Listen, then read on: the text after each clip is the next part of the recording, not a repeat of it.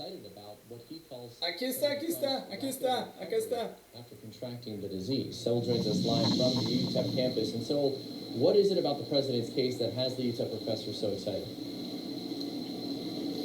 We're talking about Professor Germán Rosas-Acosta. He teaches and studies influenza viruses at the molecular level here at the University of Texas at El Paso. He says he's excited that a person who is at the top of the high-risk group in his 70s and overweight has shown progress to the point of leaving the hospital.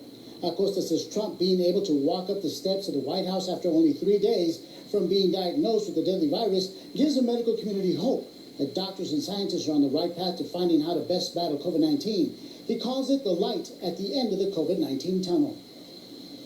The fact that he has shown proper recovery within a relatively short amount of time brings hope to the whole idea of us having a way to neutralize the most damaging effects of viral infection. The UTEP professor warns the president's condition still has to be monitored, and he adds a caveat. The president is getting the type of cocktails of fluids, vitamins, and medication available to the most powerful man in the country. Now, going back to that moment when the president walked to the steps of the White House and took off his mask, I asked the professor how he felt about that, and he says that it's not a really good idea for an infected person to be doing something like that because it can infect others. Stephanie and Eric?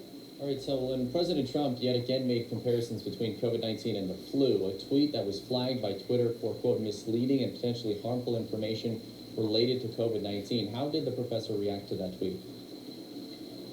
That's a good question, Eric. I asked him exactly that, how he felt about that tweet, and he says that COVID-19 is still more lethal than the seasonal influenza. Reporting live right here on the campus of UTEP, Saul Saenz, ABC 7. All right, so the old adage is holding true for downtown El Paso. The only constant is change.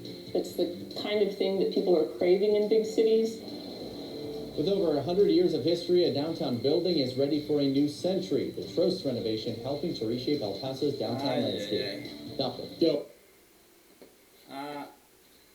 We're less than a month away from changing the clocks. That'll happen November 1st. And enjoy, in the meantime, later sunsets because, look at that, in November, sunset will occur at 5:15. We'll talk about your forecasts coming up. All kinds of change. This is ABC 7 at 6. Where news comes from. Depression and anxiety can paralyze you and affect relationships. You don't have to go through life feeling this way. Hi, I'm Alfredo Arellano.